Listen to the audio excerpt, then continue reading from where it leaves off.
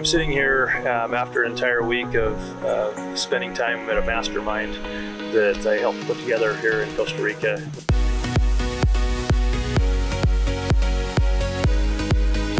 We've literally traversed the country in a bus.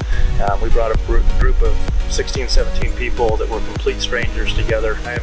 With the mastermind, you call it whatever you want, but bonding together, you create these new friends and you have this growth where you're taking yourself out of your normal elements in your day-to-day.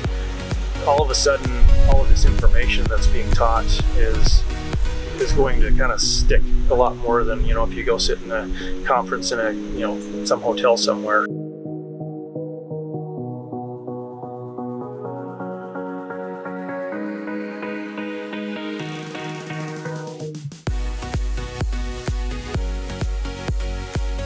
We've had lots of conversations with people about the fact that they've been able to really internalize and make more growth and progress than they ever expected.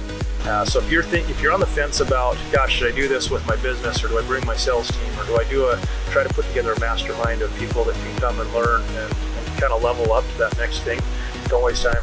Just do it.